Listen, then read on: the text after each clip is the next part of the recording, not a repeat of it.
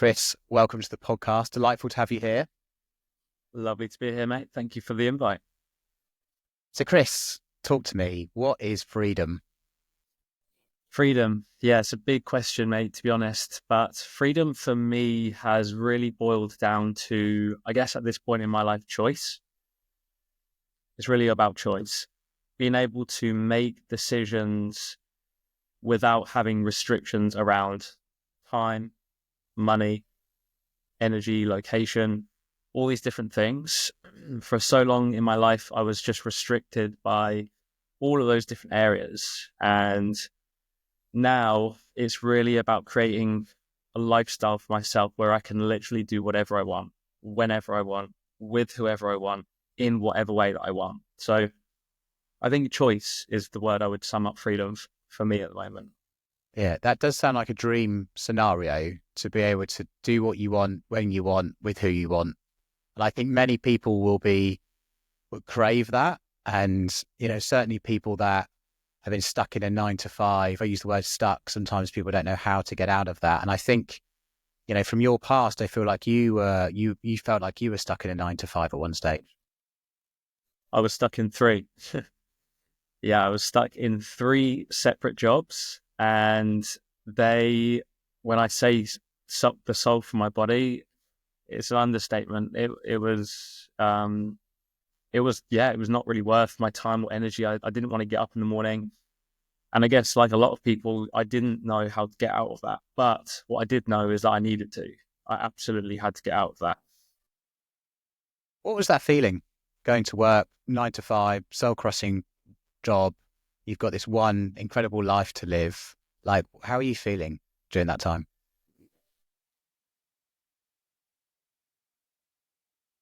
Best way that I can describe it is I just felt pointless. I felt like there was not any meaning to my day. I was turning up to something that I didn't want to be going to, getting paid not enough money to live a life that I wanted to. And ultimately what I was actually doing, I was working in mental health, which you'd imagine would be quite fulfilling and impactful and helping people. It was the complete opposite. It actually made me feel like I was doing even less because of the kind of work that I was doing in that role. It was not actually helping anybody at all. It was not helping anyone. So I just didn't have really anything going for those jobs. So I think that's the challenge is a lot of people will be feeling like, you know what, I'm turning up, I need to pay the bills. There's no meaning to this, but, I'm paying for the things at home. I'm looking after the children or I'm paying the rent. And people just kind of have this lower vibration almost, or this lower energy going to this role and just think, I know so many people that feel trapped within that 9 to 5 role. But equally, just like reflecting on your moments, like working mental health, I would have found like that would have been amazing, looking after people, serving people. But it sounds like the type of role that you were doing within that just wasn't really serving you. Like when you knew that you needed to sort of break free, how did you, like, what are your first steps? How do you, because I know so many people will feel kind of the similar low aching pain, frustration that you feel today. What are the steps that you've taken? Yeah, it's I can really resonate with the feeling of what it's like to have that low aching feeling of, I guess, helplessness. That's kind of what I felt like. I felt very much victimized and helpless in terms of, oh my God, like this is my situation. I'm stuck in these jobs. I've got no way out. I don't know how to do it. And I was there for a while. And the steps that I took, first of all, were I just needed to do something. I needed to try something. And I think that actually is what is the biggest hurdle for most people, trying to get out of work, trying to get out of a job, trying to get out of whatever situation it is that isn't working for them. For most people, the biggest block is actually that they won't even try something else. But for me, I was like, I don't care if it works. I don't know. I don't care what it is. I don't care. I just need to be doing something that I believe could get me into a different path. So how that looked for me was I just tried Googling things. I just tried YouTubing stuff. I just tried to essentially piece together ways to make an income online by just free information that I could find. So I was watching web classes. I was, can't remember if I paid for any like trainings or anything, but I was definitely Googling a lot of things. I was definitely watching hundreds of YouTube videos. And that started the flow, because as I was doing that, I was learning new things. I was getting more interested in certain things. The cogs were going in my head. None of that stuff really worked, but things were moving. And I started to kind of create a bit of a vision and a bit of an escape plan around, okay, all right, what if one of these things does work? What if something does take off? What if I can make a little bit of money doing something differently? And that's where it started for me. That would be my first step. So that first step sounds to me like education. You've taken the time to educate yourself on, if there's something else, what is it? What could it be? And I suppose you've been listening to classes. There's loads of informational stuff on YouTube. Gosh, so much. There's overwhelm of information on YouTube. So the first step was definitely education. There's no question around that. And then I suppose also what you're talking about is belief. You're creating some sort of belief that this can happen and you're going to find a way. Yeah, the belief is important, because that was the thing that carried me through to kind of the next steps. Because up until that point, like, I had no belief that I could do something online or change my situation by starting an online business or something. But taking those steps to educate myself and actually start taking action, you start to build that belief, and that belief is like a seed that gets planted and it grows a little bit more as you're doing things. But to kind of back things up a little bit with the education, definitely. One thing I would recommend to people is to tune in a little bit as well to what is it that they actually are interested in? What are they actually passionate about? Because like you said, there is a lot of different things online. There's lots of different avenues for education. There's lots of different avenues to explore. But something that I knew that I was really passionate about was sustainability and nature and animals and eco-friendly things like that. And that kind of guided what type of education and what type of business and what type of brand I wanted to create. And I don't think if I had that, I don't know how motivated I would have been to kind of dive into all those different pieces of education, because in my mind, I knew that I had a bit of a bigger mission, and that was to do something in sustainability, do something to help the planet, do something in like eco-friendly stuff. So I would say once you've got a bit of an understanding of what it is that you're super passionate about, educate yourself in what could be a good vehicle around that. I'm gonna ask you what might seem like a bizarre question to you, because it's going to be like, when you just were able to focus on sustainability, how did you know that was your passion? Like, is it something that just you think about all the time, or like, how do you define that? Like, when you define your passion, like what is it? Like, how do you know actually I can make a career out of this passion that I have? Because I think that's a lot of dream for people, if they could do the thing that they love every day or they're passionate about. What a dream life. So how would you know that was an avenue you could have gone down? Okay, cool. Yeah, good question. I'm going to ask you a question in return, just out of curiosity, just to see what comes back. And the question is, what were you really passionate about when you were a really small kid? Like when you were as young as you can remember, those first kind of memories and thoughts and stuff that you go back to, what were the things that you were really passionate about at that point? Yeah, really great question. I think about this a lot, actually, because I've done a huge amount of reflection on myself over the last 4 or 5 years. And the biggest thing that I remember from a very young age is wanting to be a TV presenter. Right. And that's one of the reasons why I'm here today, is because I had to reconnect with who did I want to be. And actually, I did a lot of television presenting, not on terrestrial TV, but at holiday camps. And when I was sort of growing up into my just out of college years, and I worked at holiday camps, and I worked on cruise ships, and I did that until I was like mid-20s. And then I got into a corporate career after that, So Yet being a television presenter was always, I don't know why it was always there. I don't know why, but it definitely got forgotten over the years, as you kind of like progress with wife, family, children, house, car, all of those sorts of things. And for me, it's come 360, which is 20 years later. I'm like, I need to reconnect with that person because Yeah. that's who I really am. So that, yeah. Right. So being a TV presenter was my first thought. Amazing. Cool. I'm glad that you said that because like you can see how related they are, right? Like we're basically here almost doing TV presenting and you also were in TV presenting. And I think that is the key, honestly, because I was the same. I almost lost touch with that part of myself because I went to school and uni and studied psychology, which I thought people wanted me to, and I wanted to get a good job. And through that process, I almost tapped out of that thing that was most important. So it's something I talk about when I'm mentoring people, and it's something I talk about, on stages and stuff like that.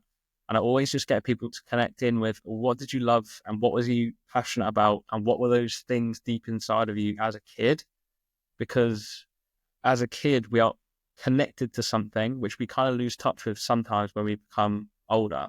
But as a kid, we're very closely connected to it. And it's normally, and it can vary, but it is normally what you love to do as a kid is something that you're usually going to be passionate about as you're getting older. For me, it was animals. And that is what I brought things back to through business. And that's where things reconnected for me. So I love that perspective. Thank you for that question, and also the perspective on how do you reconnect? Because I've had to go through quite a significant journey around that, and I worked with a coach to kind of help me sort of bring it out for the last 6 months, and a lot of it was about reconnecting. And he asked me a lot of questions about who were you and who are you and those sorts of things. And I think over the years, I've just turned 44, kind of forgotten about those dreams, and I just thought, and it was like, yeah, gosh, I mean, who was I? I remember all this great stuff that I did when I was younger. So I think it's a really great perspective to really think about who were you when you were little, growing up, and who did you want to become? Who did you pretend to be? Such a great perspective on where your passions are. So let me ask you a deeper question about those passions. I'd love to see kind of what your thoughts are. Where do you think it come from? So in relation to animals, what was it? Where did it come from? Was there an animal in your life early on that kind of you there was love and there was passion around, or like what was it for you? Where was it? Yeah, this is the interesting thing, and this is why I think it's so powerful. I honestly can't connect it to anything. There is no logical reason why animals was something I was super passionate about. I mean, I grew up, with toys that were animals and things like that, but I wasn't directly connected in any way to animals. But there's a bigger picture to these things, I think, sometimes. And for me, it just seemed to be that I was passionate about animals. And I think if you can peel some layers back as well, there are deeper things underneath those. Like animals, yes, great. But maybe it's actually the fact that you want to feel like you're making a bigger impact, having making a difference in the world. So my outlet for that could be just that animals is something I'm interested in. So my way to make a bigger impact, to make a difference, is through animals, which is something I'm interested in. It could be for some people, like maybe they loved to dance as kids. Now they might not be super interested about dancing as adults, but maybe the deeper layer there is, okay, well, maybe I just want to entertain people and make people feel like, like they've been entertained, something like that. And then their business might be something around entertainment. Maybe they're an actor or something like that. Yeah, it makes a lot of sense. And equally, I can't tell you why. I can't really tell. All I can tell you, it's in my gut. It's in my intuition. And the more I've sort of done self-care and meditation and journaling and those sorts of things and tried to get it out, it's like that it's just there, and it's always been there. But it's an interesting thing. There is a bigger purpose there, but I don't really fully understand it. I feel like when you kind of lean into it, it's like, okay, this is the direction the world wants to take me on. So I've got some sort of innate ability, don't know why, so let's just go with it. So Yeah, I think it's an interesting thing. I love this conversation of why people do things and what's innate within them. So let's talk about so it was for you. So it was this innate understanding or passion around sustainability with animals, and then you've gone online to educate yourself. What else? What else have you been doing to try and, I'm going to say, get out of the rat race, get out of the 9 to 5? So I tried starting, I can't remember the exact number, but it's about 4 to 6 businesses in lots of different industries that I had been kind of going down the different rabbit holes of, oh, I could do drop shipping. Oh, I could do affiliate marketing. Oh, I could do trading. And I was trying out all these different businesses, and because of various different reasons, those businesses all led to nothing. They either failed or they didn't produce any results or whatever.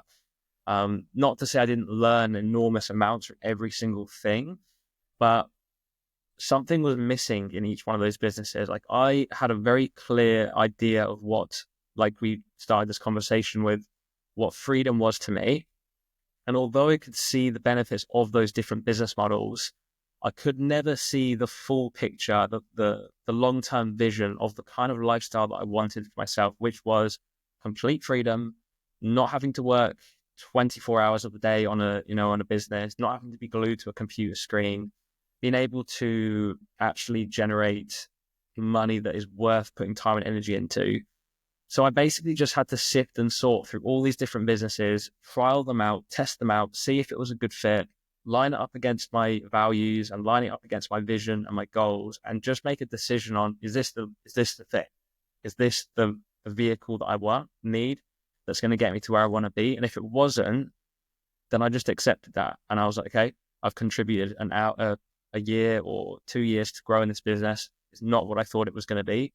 I need to let it go, and I need to move on to find the next thing. So that's what I done. Kind of sifted and sorted, went through until I found the right thing.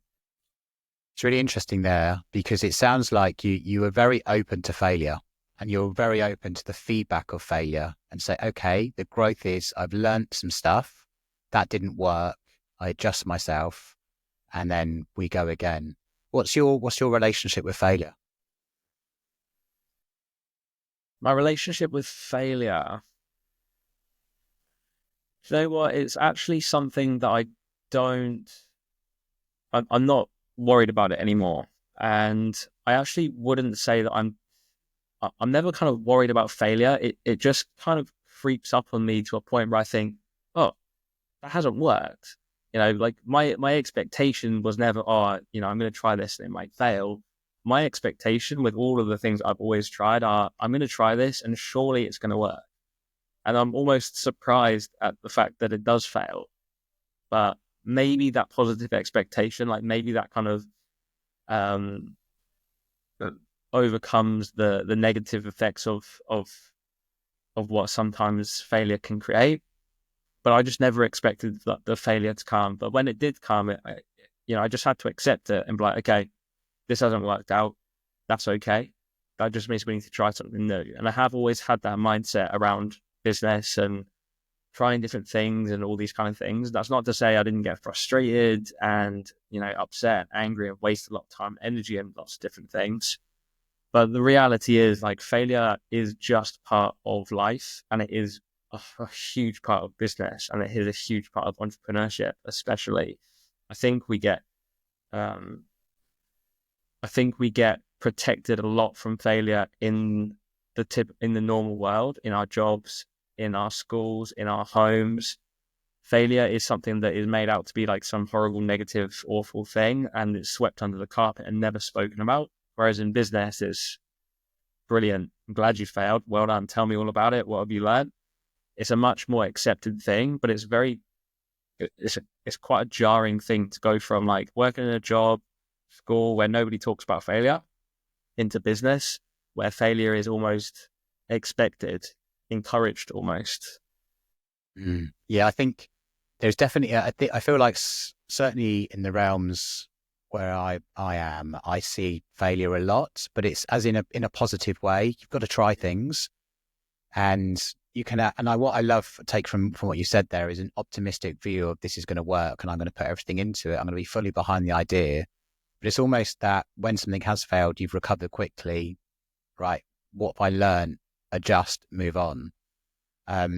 Because I think there's nothing worse than, continuing to push on something that's just not there. It's almost like you've had to go, okay, I know this is my idea, being realistic about it. It's not a landing. I've got a bigger vision. What's next? It's a great perspective to have.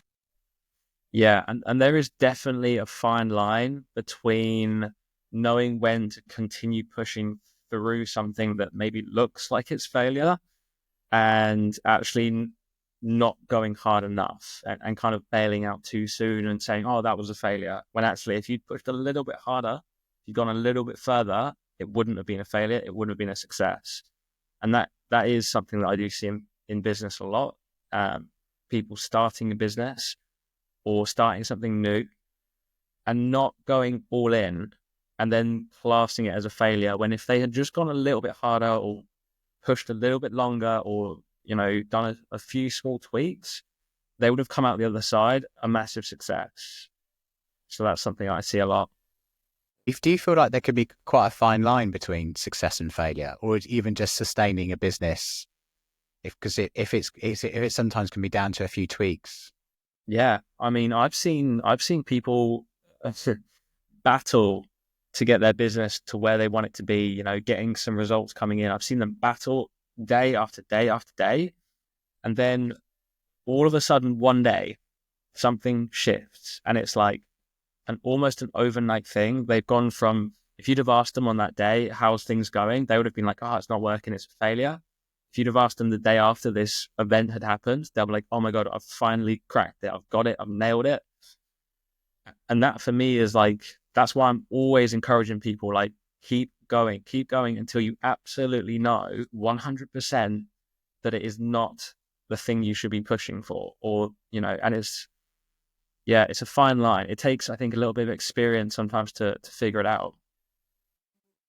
When you, in the business that you did started finding some success with, what were those early indications? Was it monetary? Was it a feeling? Was it customers giving you feedback? What was that like early indication sign that, oh, actually this one's landing? Mm-hmm. Yeah. So the business that I've been in for the last 6 years now, high profit affiliate marketing, when I knew that it was the right thing, in all honesty, was the day that I started it. And it was like what I said to you before. Because I'd been through all these different businesses, 4, 5, 6 different businesses. I knew how things worked. And I knew, if I pieced together the things logically in my head, I could see how things would go. And then I came across what I do now, and everything just slotted into place. So from that day, I was like, this is it. I know this is it. Like, this is what I've been looking for. It ticks all my boxes. It's going to get me to exactly where I want to be. And I just went all in with it. And from that day, I have never looked back, and I've never doubted it. And I've never, it wasn't like the other businesses where I wasn't 100% sure. I was always kind of not 100% certain on those other things. So it was definitely a feeling. And then there's obviously other pieces as well that go into it, like the actual, strategy and the business model and all kinds of different things. But it was mostly the feeling. Just like you had a feeling of certainty that this is going to work. Do you think if you'd had this idea first, you would have had that same certainty? Or do you think it's because you needed to have the experience of the other businesses not quite working out? Do you think you needed that experience first to get to the one? Mm-hmm. I absolutely needed those experiences of failure to know with certain and clarity that this was the one. I don't think that if I came across this first without going through all those experiences, I don't think I would have had that same feeling. I actually don't know if I ever even would have invested into or been invested into that business emotionally, because at the time, it wasn't what I was looking for. It wasn't what I had in my mind. But after going through those experiences with the other businesses, I was like, oh, I understand now. I understand why this leverage is important. I understand why automation is important. I understand why high ticket offers are important, because I'd been through and I'd and I'd seen the flaws from the other business models first. So it just all kind of, it was like a puzzle that had been put together. Excellent. I love it. So let's talk about the affiliate marketing business, and it's now a success. It's delivering the life that you wanted. So what is that life that you wanted? So you can describe that and then talk about how the business aligns into it. So I started my whole online business journey actually because I had at the time moved away from the UK over to Australia. I had traveled with my best friends for the entire year, and it was honestly like a revelation to me that people could live such an incredible free lifestyle, traveling around the country, not working, like, you know, doing literally whatever you want every single day. And then my friends at the end of the year, they decided they needed to go home and get real jobs. And I was like, are you for real? Are you sure? And I couldn't do it. I was like, I can't go back to that after having this experience. So in my mind, I was thinking, right, there must be a way to be able to travel freely around the world, earn an income whilst I'm doing it, and not have to have a boss or a schedule or anything like this. At the time, I had no idea how that was possible, but that is what I knew that I wanted. Plus, I needed to be able to go back home to the UK, see my friends and family, not have to take annual leave or pay for expensive flights when that was literally like, you know, my entire paycheck. And then I fell into those 3 jobs to kind of actually just pay my bills and actually just, you know, try and make some kind of income. And that for me was the reason why I needed to start this business, because I was like, right, I can't keep doing this for the rest of my life. There were lots of other things that happened. Like I was on a banana farm and I got attacked with a machete by the farmer, and he dropped me into the middle of a field on a tractor, dropped me there and said, right, there'll be another backpacker coming. He'll replace you. You're fired. Don't come back. And I was like, right, this is how jobs will treat me for the rest of my life if I don't do something to fix this. So yeah, that's when I, after trying many different things, came across high ticket affiliate marketing and went all the way in with it. So now, because of this business, I have my laptop and I have my phone, and I just travel anywhere I want in the world. And as long as we have Wi-Fi, I can do everything that's needed to run that business, generate as many sales and as much income as we want. We use a lot of automation so that a lot of the systems and everything are doing the work for us in the background. And this is all kind of tied back to that important value and element for me, which is the freedom to just go and do whatever I want in my time, not be constantly on calls or constantly working in the business. I want to be doing stuff.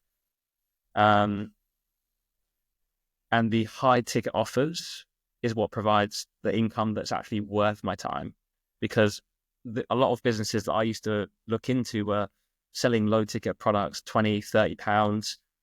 The margins on that are really small. You end up getting paid 10 pounds or something like that. So you have to sell thousands of products even to just make a normal amount of income. And that wasn't going to work for me.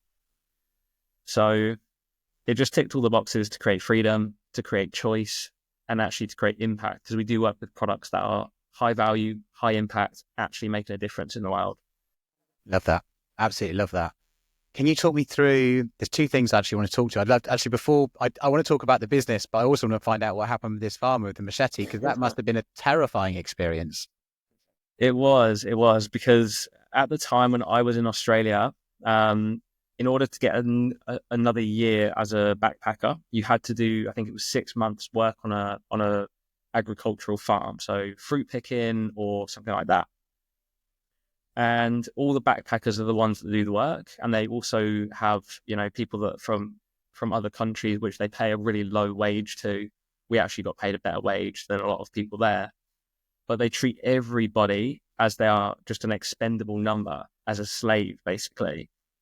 And it's hard work. It's the hardest work I have ever had to do. Like they call it humping bananas. So they chop the tree down, bananas fall onto your shoulder, you pick them up, and these bananas weigh like 60, 70 kilos sometimes. Now that's almost as heavy as me.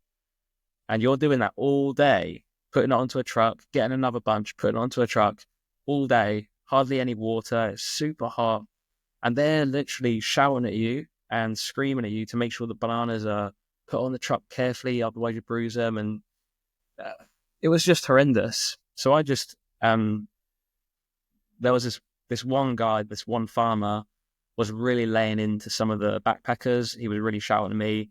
And I just said to him, look, mate, we don't even want to be here. We're just here for a visa.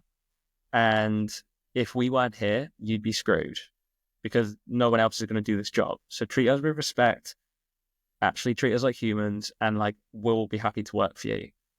And he took offense to it, grabbed his machete, slammed it into the tree and was like, well, if you don't want to be here, don't be here. And things escalated from there. And then he dropped me in the field. Story. God, away from home as well, in a land that's, relatively new to you as well. God, that is terrifying. Yeah. Wow, that's the cost of freedom. That's the cost of freedom. Yeah, and it was a big wake-up call because, maybe if that didn't happen, like maybe I wouldn't have gone home that night and just been like, right, I need to start something for myself right now. I need to find a business that's going to make sure this never happens to me again. Maybe that wouldn't have happened, It's interesting because I think a lot of our our motivation often comes from pain. So something terrible or difficult, challenging that's happened, which obviously in the moment is horrific. But sometimes you then reflect on it and think, I've got to get out, or I've got to change my life because of that thing that's happened. So it's really interesting because you can almost reflect on that and go, actually, if that didn't happen, I might not be where I am today. I needed that wake up call. Yeah, totally. I think the same about my jobs as well. Like as much as I hate them, and as much because I used to finish my shift and I would drive home in the car and I would scream in the car because I was just that frustrated about having to go to that job and potentially have to go back again tomorrow. I just would scream in the car. But I'm so grateful for those jobs because they showed me exactly what I didn't want to be doing. And it was at those jobs that I pieced together the business I have now, which gives me as much freedom and flexibility as I could possibly dream of. So you've defined you've explained a life I think a lot of people would love to have, to be able to travel, to have freedom, to be your own boss. It sounds incredible. So the way that you're making money is through the high ticket affiliate offers. Can you talk me through how you're doing that, what it is? And maybe people can come to you for that advice and guidance as well. Yeah, definitely. So high ticket affiliate marketing is an amazing business model because you don't need to have a product or a service or an offer or any kind of crazy, fantastic business idea, which is, again, something that really stops people from ever moving forward with trying something. They think they need to have like the best brand new idea. But in affiliate marketing, what we do is we partner with third-party companies that already have a product, already have an offer, already have something that is proven to sell in the market, successful companies. So there's no testing required. Like, that if that company is successful and they're making product sales, you can come in and promote those products and get a commission and know that people are already buying them. So that's what we do. We partner with high ticket companies who are providing high ticket products and offers. And we use social media. We use mostly digital avenues to be able to promote those products because we do a lot of things online to, have that freedom. We do use social media. And one thing that we have the ability to do, which is something that's not possible in so many other businesses, is to leverage paid advertising. Because our profit margin is so high, we're able to put so much of that profit back into paid advertising, reach hundreds or thousands of red hot interested customers who are looking for exactly what we want using Facebook ads, Instagram ads, LinkedIn ads, YouTube ads, so that we can actually have people coming to us and asking us, coming to us and asking us to purchase, rather than this was something that put me off with many, many businesses, cold calling, cold messaging, speaking to friends and family, like all that stuff. I was like, nah, not for me. I was like, I want people to be coming to me and I want things to be, flowing like a system.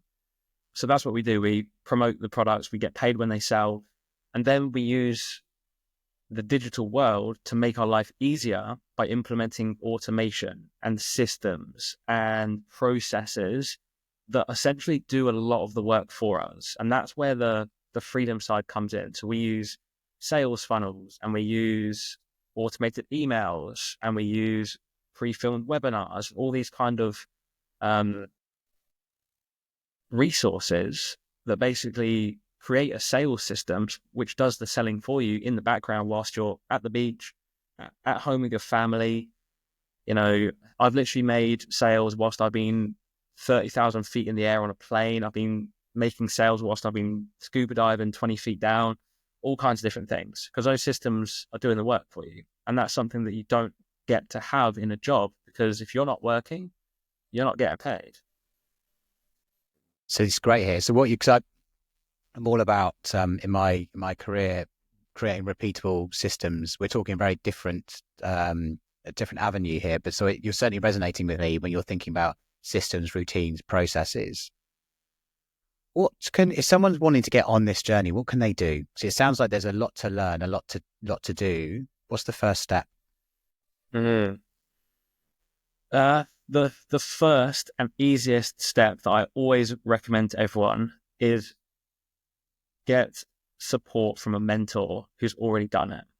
It is hands down, absolutely 100% the easiest and best way to not only get into high ticket affiliate marketing, which is what I do, but to get into, to be honest, any opportunity, any business, any kind of thing that people are wanting to experiment or try with.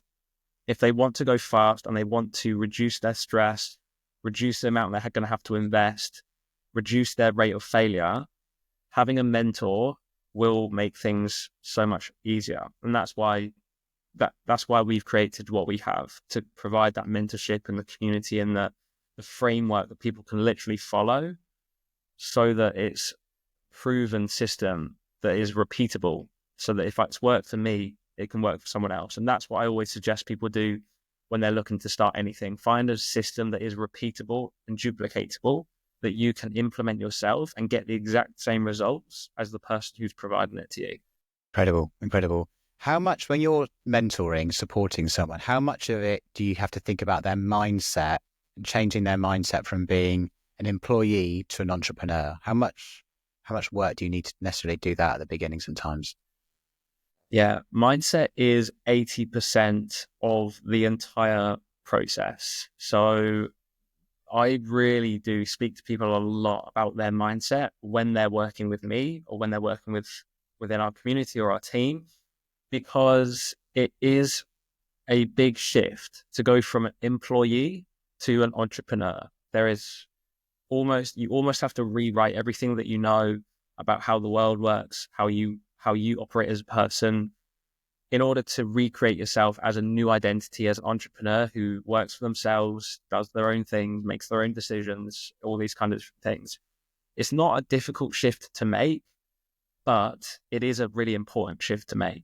So that is a really big shift. And then also what I personally find, and what I absolutely love about business, is that when you start a business, you're not just starting a business. You're actually signing up to go on a ginormous personal growth journey, which who knows where it's going to lead to, because I see it all the time. When people start a business with me, they're like, brilliant, I'm excited. And then their business holds the mirror up to them and it shows them everything that has perhaps held them back in life up until this point, all the things they've struggled with, all the beliefs they've held about themselves which are not positive, all of the bad habits that they have had. All these different things come up because we are responsible now for our future and for our income and for our results. Whereas before, we're just turning up to a job and someone is holding us responsible. So working on your mindset around those different areas is the most difficult part of business. However, it is the most rewarding, and it is what everybody tells me in my team. If I lost my business tomorrow, I'd still be so grateful for all of the shifts I've had in my own personal health, mental health, soul, spirit, whatever you want to call it. They're all so grateful for that. I love that. It's really, it's almost like it's taking responsibility and making sure that you're 100% responsible for your income, your life, your your soul, your future. And I feel like when you're an employee, you're kind of outsourcing some of that because, it's 9 to 5, you're getting paid. It's a huge shift to make. And you're right, it's so interesting. It's a lot of it's around mindset. And it's also being comfortable, being really uncomfortable in kind of making that leap. Where do people struggle when they're trying to go from employee to an entrepreneur? What are the downfalls? The biggest downfalls, again, that it comes back to who you're surrounding yourself with. One of the biggest factors for me that kept me on track and that really helped me to transform and provided that safe space to do that was that I had a very supportive community and mentors and coaches and guides around me who could pick me up on those days where you are struggling to go through that shift, or the doubts coming up, or the beliefs that you have around yourself that you can't do this or whatever are coming up. If you have people around you that can say, hey, look, I know what you're going through, but trust me, keep going. It's going to work out. Sometimes that's all you need. Sometimes you just need someone to hold you by the hand and say, look, I know it's hard right now, but I've got you. Let's do this. Let's keep going. And that's what pulls you through. So I'd say that's the biggest thing. And this is why entrepreneurs, there's that myth out there that entrepreneurs are the loneliest people, only if you try and do it by yourself. And that's not fun. I have never been more connected in my entire life through business because of the community that we've built and because of the connections that I've made. So that's what I would say to anyone if they're struggling to try and getting into business. Find a community, find a support networks, find a mentor, find a coach, whatever. I think that's probably the biggest thing that will help people. Yeah, really interesting. Because it's your environment, it's the people that you're around. Because when you're an employee, you go to the office, you're around other employees, right? And you've got a boss and et cetera, et cetera. So everyone's around that environment. But what you're talking about is if you're surrounding yourself with entrepreneurs, people trying to do the same thing, someone's got a win, someone else has got this other win. You're raising positive energy, a positive vibration. You're changing who you are. Maybe you can talk to that a little bit, because I feel like when you talk about entrepreneurship and business, I can see your energy, I can see your vibration kind of raises. What is that mindset you've kind of got around that? Yeah, I think, when I think back to all the jobs I had, and bearing in mind, I've had about 30 or 25 jobs or something, none of them worked out. The thing with jobs is that everybody's trying to do the least amount of work possible and get as much as they possibly can from people around them in a almost parasitic type way. Whereas in entrepreneurship, where people are running their own business, and this I think comes back to that responsibility thing. Everyone has taken responsibility for their success and their results and their business and their life. And because everyone has that responsibility of like, okay, I'm either doing this or I'm not, the energy is different. It is supportive. It's growth focused. It is, it's do as much work as you can and be okay with the fact that you might not get the results, but you're having a good time.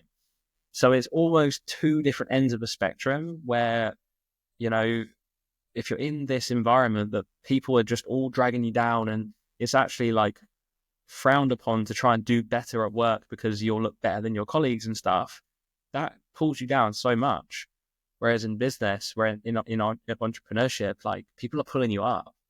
So yeah, that's one thing I love about entrepreneurship. That's one thing I love about business. I'm not sure if that answered your question, but it's a great answer. It's a great answer. Also, it gives someone it's almost like if I think, so I'm not saying all employees are unhappy. I'm certainly not saying that at all.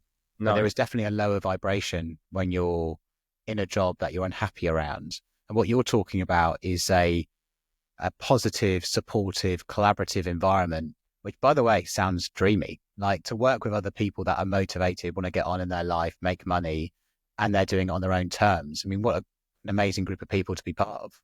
Mm-hmm. It makes, honestly, the world of difference. And, when I really nail my success down to a few things. One of the key things is that community side of things. It's the mentorship, it's the community, and it is really being like aligned with your passions.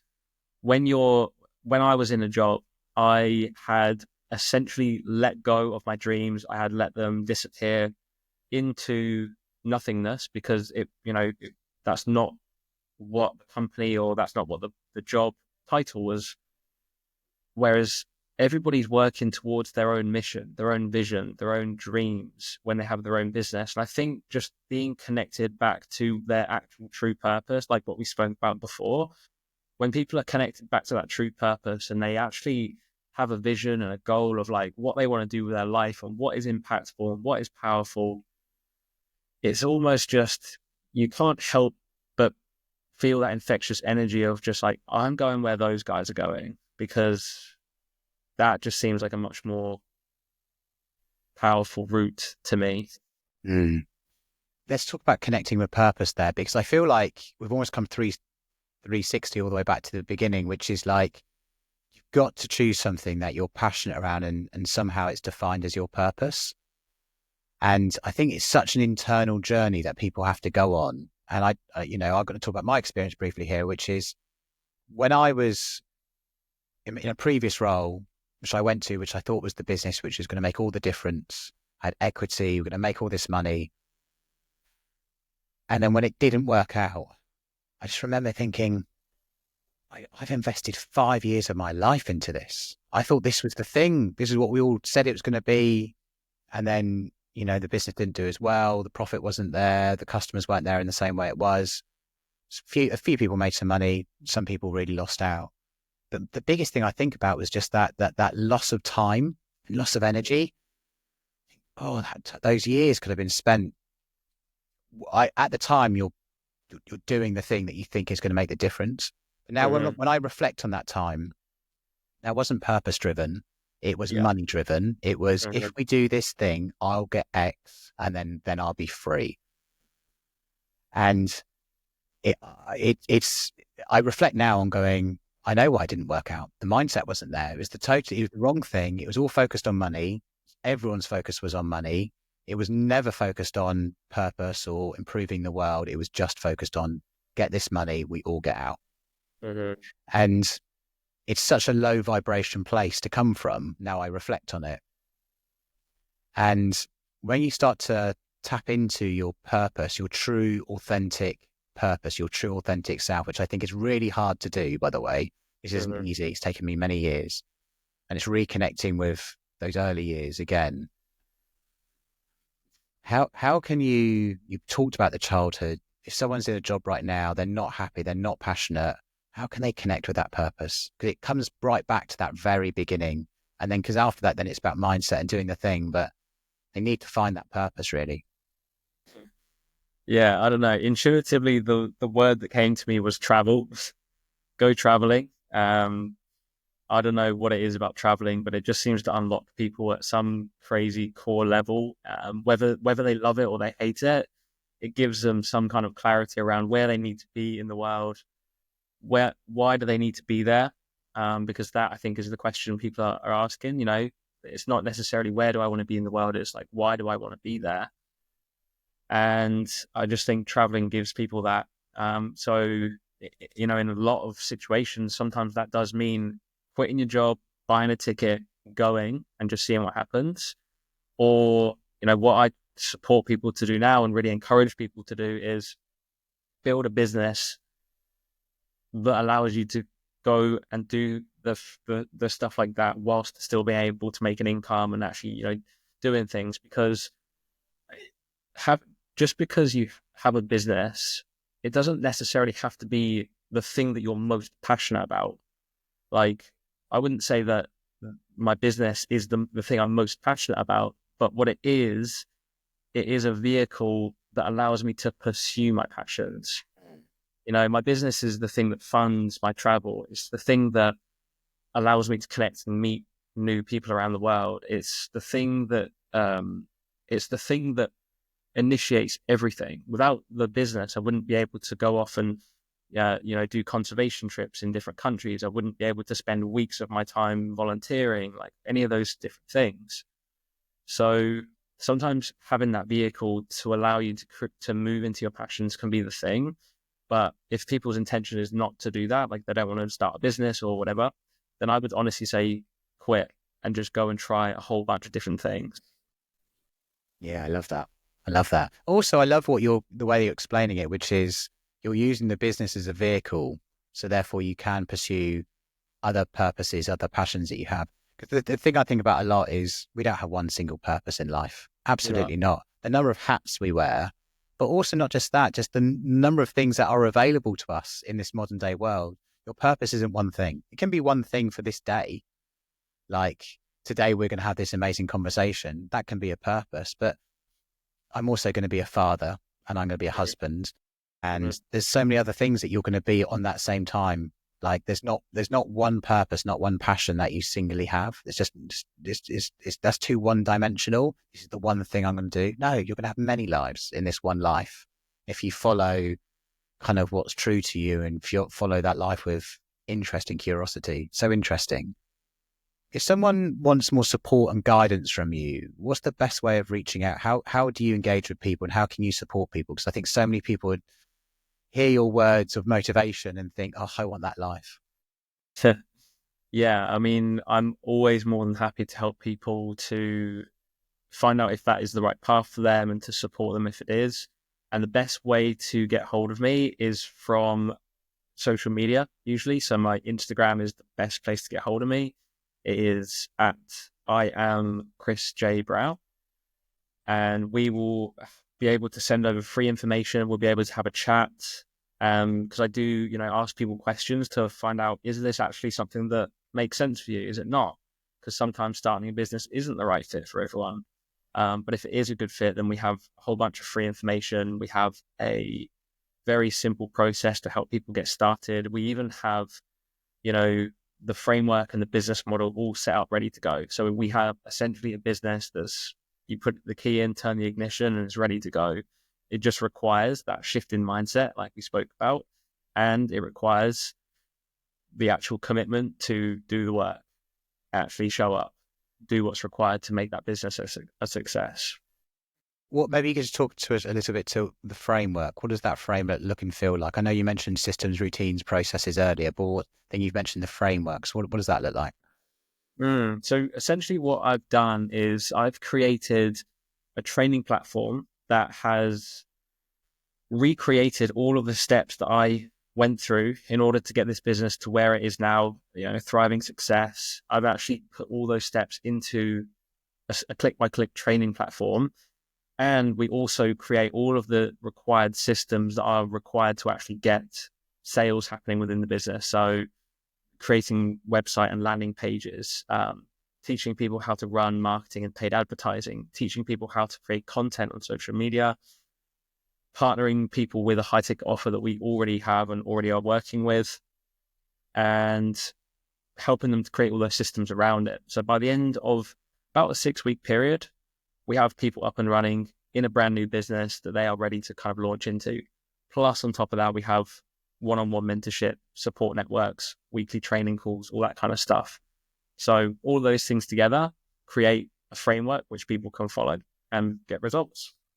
I do. That sounds amazing. Sounds great.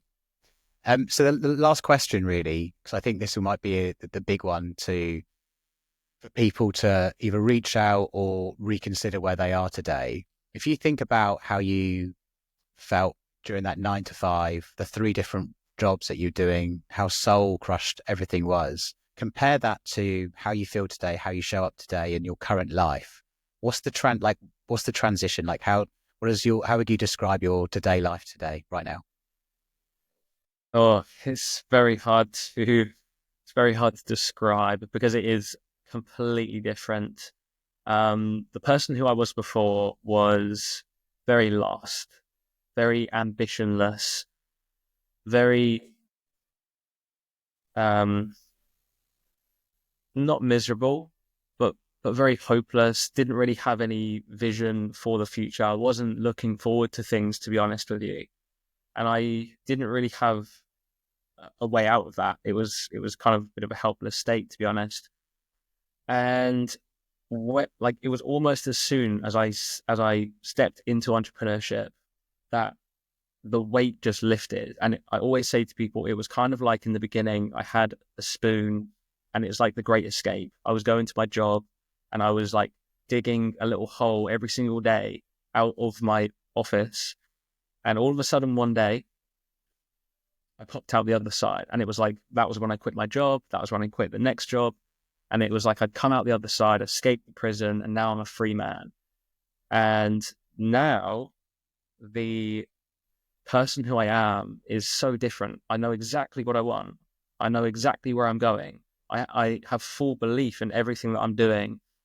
And I have the skills and the experience to know that I can create pretty much anything that I want because I've already been through these steps and created it. So, I'm fully responsible for myself now. I don't need to rely on people. And the choice and the freedom that you have when you're just your own self to then be able to go off and do things in your life that you're actually passionate about purely for you, not just for money, purely for you and feeling good and actually making a difference in the world. It just changes everything. It makes your family life better. It makes you as a person better. It makes your feelings and your emotions better. For me as a man, it's connected me deeper to actually having feelings and emotions. Oh, the list goes on. Honestly, we'd be on it all day if I could explain all the pros. Keep going. And let's talk about the man piece and man feelings, because there's a huge lot of men I know today, and actually I've just done a podcast around the quiet crisis of the modern man, where they're stuck. They might be high earners, but they're also under high stress. And, they're drinking their feelings, they're eating their feelings, they're struggling with their partners. They've self-actualized. If you think about Maslow, they've got all the things, but their feeling is low on the floor. And you're describing something completely different to that, which is freedom, don't hate that word, living your best life. It's not that, but it's like living a truly authentic life and pursuing interests and things that interest you, that you're curious about. Like it's a completely different lifestyle, completely different shift. Yeah, and I think as a man, that side of things is so important, because what we want to experience as men is the full picture of what life has to offer.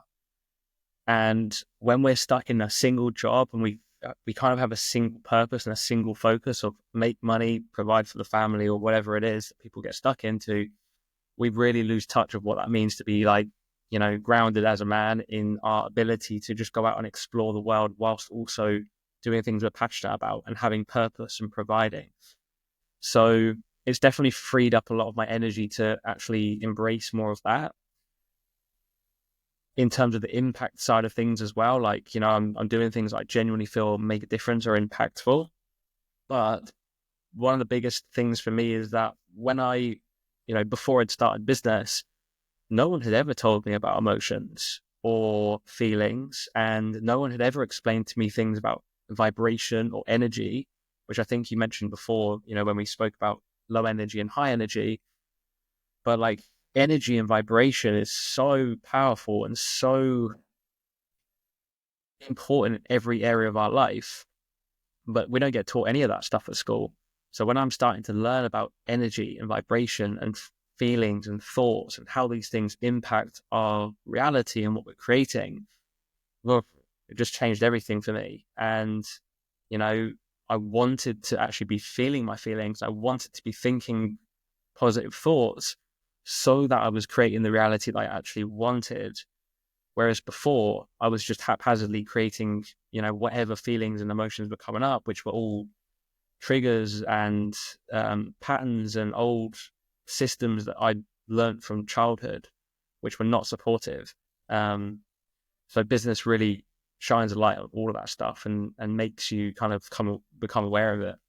Yeah, and it's like you've become like a truer version of yourself, and at the same time of delivering value and giving back to the world. I'm trying to put a finger on it, really. It's light years away from what back here in the UK. Now you've been able to escape the UK in some respects.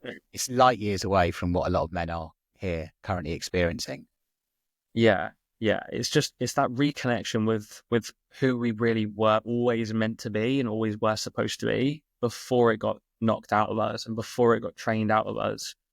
And I've not seen many things that can create that shift as fast as I have seen in business. I've seen, lots of coaches and mindset coaches and, all kinds of different programs and stuff that help men to shift those things inside of them, which they want to change. I've never seen anything shift it as fast as a man or a woman starting a business and being forced to have to make those changes. Otherwise, their business is not going to work. Interesting. So interesting. Listen, Chris, I've really loved talking to you today. Have you got any final thoughts? If someone's thinking it, they're on their edge, maybe they've been convinced by you today. What's a final thought for them to maybe either reach out to you or start thinking seriously about moving on from their role? Yeah, I mean, definitely. If what I've said here has resonated with you, then please do reach out to me, and I'll be more than happy to have a chat. But my best advice is if you're even a little bit unhappy with how things currently are, with your job, with your lifestyle, you don't feel like you have enough freedom, you're not feeling like you're making a difference that you want to in the world. If something isn't quite right, do not settle for that. Because if you settle for that, you will always, for the rest of your life, feel like something is missing. And that is the worst feeling. That's the thing I'm most scared of in my entire life. It's getting to the end of my life and thinking back and being like, oh my God, I knew something was not right and I didn't do anything about it and I knew that I could have, and having that regret. I wouldn't want that. So even if that is just exploring what it is you're passionate about, that very, very first step, or if it's the second step of educating yourself on something, or if it's the third step of actually launching a new business, or something like that. Whatever step you're at, take it, because you will not regret it. Powerful words. And I think you've described 80% of the workforce most of the time. Yeah, and that's the problem, man. Like, I just would love to help as many people get out of that.